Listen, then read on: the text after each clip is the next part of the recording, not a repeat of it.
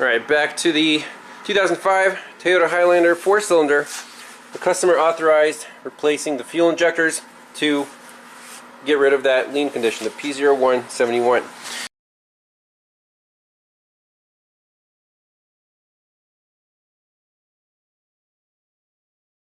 So I ordered these from the local auto parts store, GB Remanufacturing. I've had good luck with these. They're reman in the US, and just in case there's a problem, the store is right down the street instead of dealing with an online supplier, you know, just in case. So here they are, Denso's, green ones. So let me replace all of them. Pretty straightforward. I already got the fuel rail up. There's a little gas leakage, no big deal. We'll take the studs out, no spacers. Install 4 injectors, and then I want to pressurize the fuel system and actually spray test each one with the rail off the intake, just to be 100% that these reman injectors flow the same. Alright, so I labeled the original injectors, all 4 of them. New ones are going in very nicely. The rail comes out, you have plenty of working room. This is really nice. This isn't GDI nonsense where you can't do it yourself. So let me plug the other ones in and we'll do the flow test. Well, the flow test is going to be a little difficult because as soon as you pressurize the system, the injectors want to pop out. The thing that holds them in is the rail, and I don't really want to fill the intake manifold with gas. You know, the whole line right now is doesn't have any liquid in it. Let's just put them in, start it up, look at the fuel trims. If it runs smooth and the fuel trims are perfect, then we'll call it good. If not, we'll you know, see what's going on. But I don't see why there should be any issues here. So to reset the fuel trims, the easiest thing to do is just disconnect the battery. Oh. Easiest, not easy. Let's do that.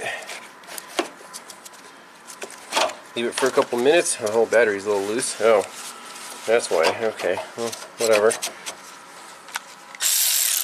And then we'll just start from scratch, look at some live data. Should be good.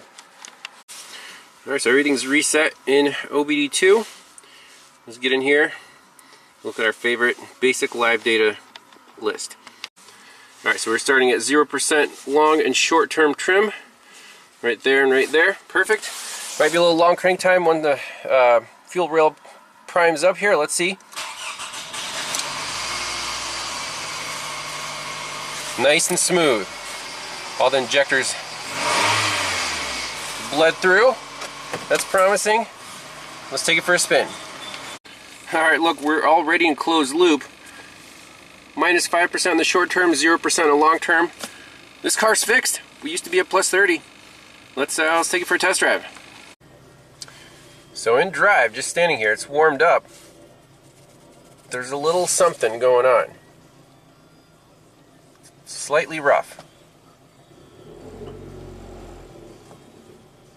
If you put in neutral, no load, there's a little something. See the little scanner shaking a little bit?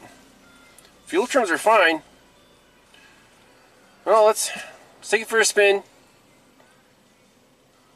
See if that goes away or not. I mean, it'd be a shame if one of the reman injectors was not quite right, but it's always a possibility. When you're driving, it's perfect. Just nice and smooth. A 4-cylinder, you know, kind of a heavy car, but it gets the job done. Your long term is starting to learn, about 3%. So customer complaints addressed, but if it's a little shaky idle, it sets like a misfire code, that wouldn't be good. That would be a pain in the butt. We have to figure out which cylinder it is. But oh yeah, also the washer seems to work mostly, kind of. Apparently there's like summer washer fluid in there, so it doesn't like the sub-freezing temperatures, but the washer pump's okay. There you go. Cylinder 2. It's just shaking. This is not good. You can feel it. You can see it.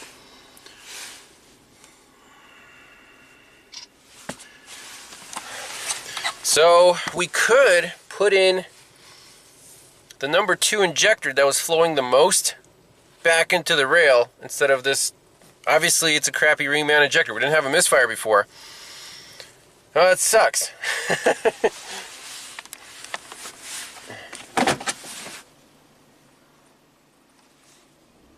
So it's flowing, but maybe the spray pattern's messed up. But. Yep, let's go back to the shop. Alright, so we're going to put the number 2 injector back in, the one that flowed the best. Remember, 27 psi versus 30. And see how it runs.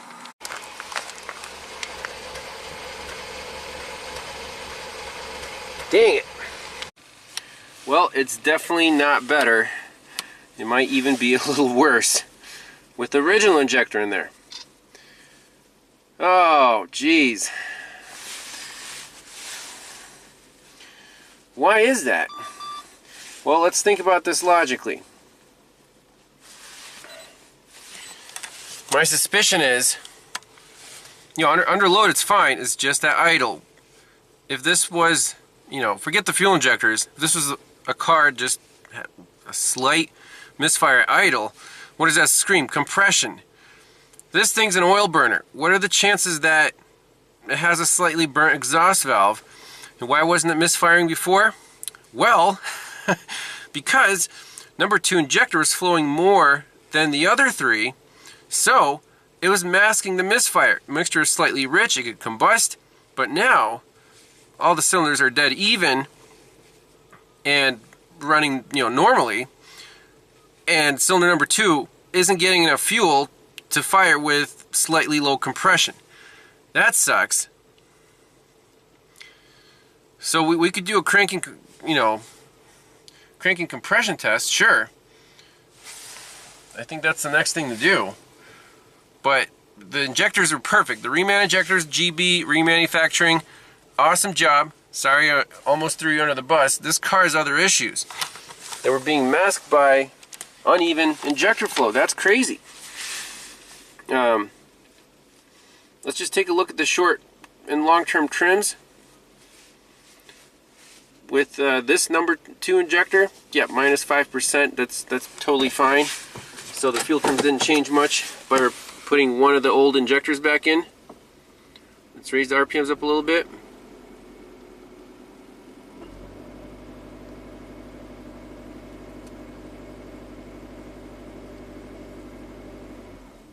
Slightly positive. Yeah, it's running worse with this injector because it's slightly clogged compared to a no good one. Let me unplug the injectors, we'll just crank it and just listen to it. Alright, let's listen to it crank. Injectors are unplugged.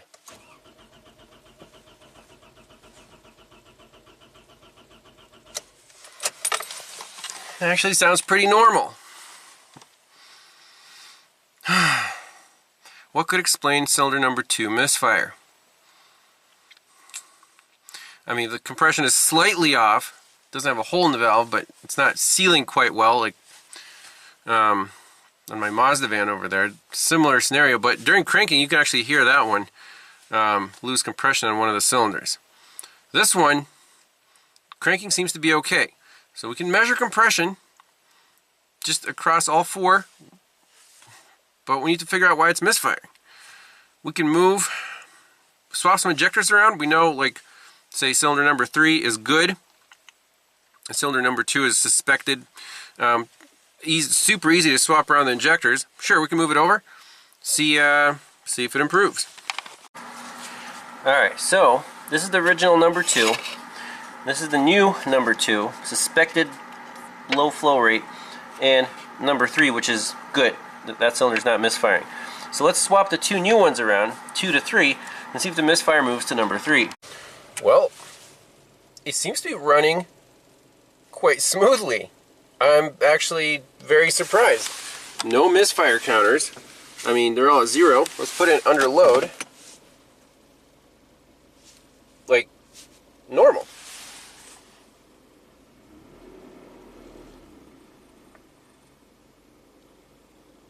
Totally normal. Not a single blip. So how did swapping the two new injectors from number 2 to number 3 fix a misfire in number 2? It definitely made a difference. We didn't change anything else, but that's what you run into with reman or aftermarket parts. It's just roll the dice. This time we got lucky. Hopefully they'll keep working. I don't know if it needed to break in or the pintle or something, or it needed a heat cycle. But now everything seems to be fine. Are we going to return this car back to the customer? Let's do an oil change. I recommended that we try 5W30 Valvoline Restore and Protect to hopefully unseize his piston rings a little bit to cut down on the oil consumption. But that's the last step. So let's do that. Take it for another good test drive. Make sure it's absolutely flawless, and then we can ship it.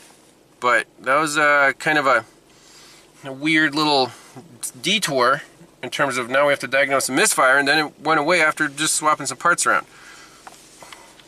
A little crazy. Oh, by the way, the fuel trims are looking absolutely beautiful. Minus 3%, plus 1%. Let's put it in gear under a little bit of load.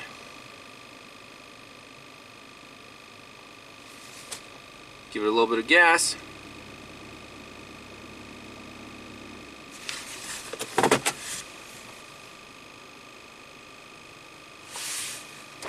It's running great.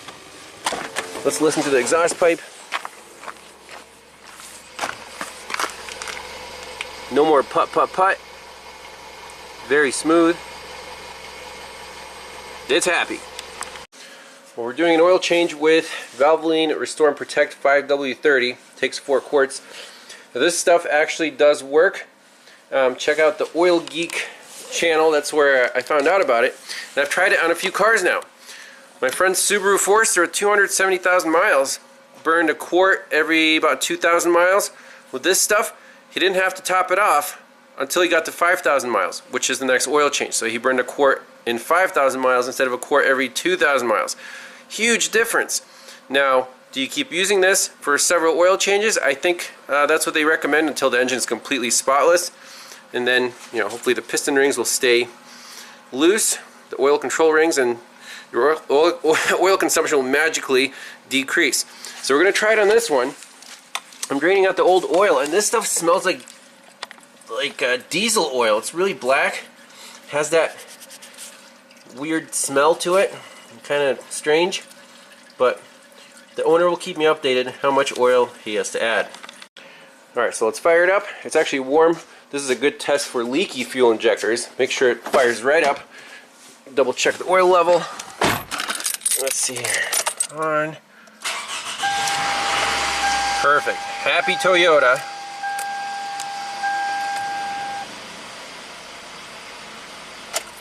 Alright, let that sit a little bit. So I think we should be all done.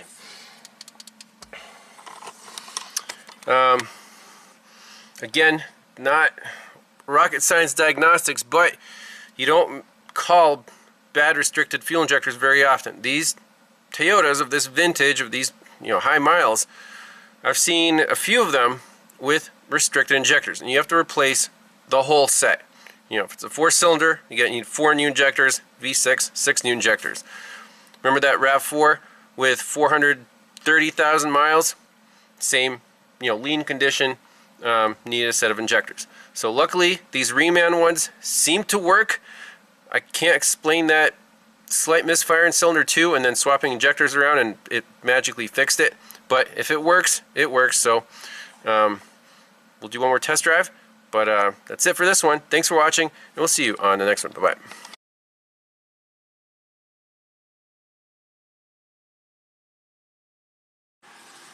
Oh, a little bonus footage on the Highlander. Took it for another 10-mile test drive this morning. Absolutely flawless, runs smooth, and an OBD2. All monitors are complete.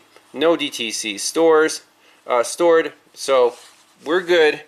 And the last thing I want to do for the customer, remember he said his washer stopped working, and right now it's cold, it's salty on the roads, so gonna do him a favor, drain out his washer fluid, which is this blue water. It's not antifreeze at all.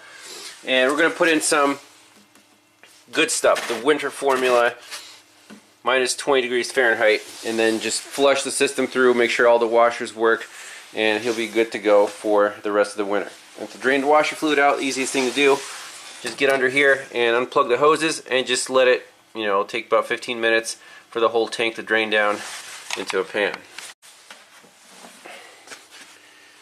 Give her some of the good stuff.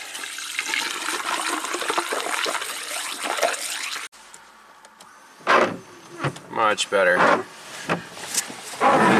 In the back. Sweet. You want to make sure all the lines have been pumped through with the good fluid, because otherwise it's going to freeze again.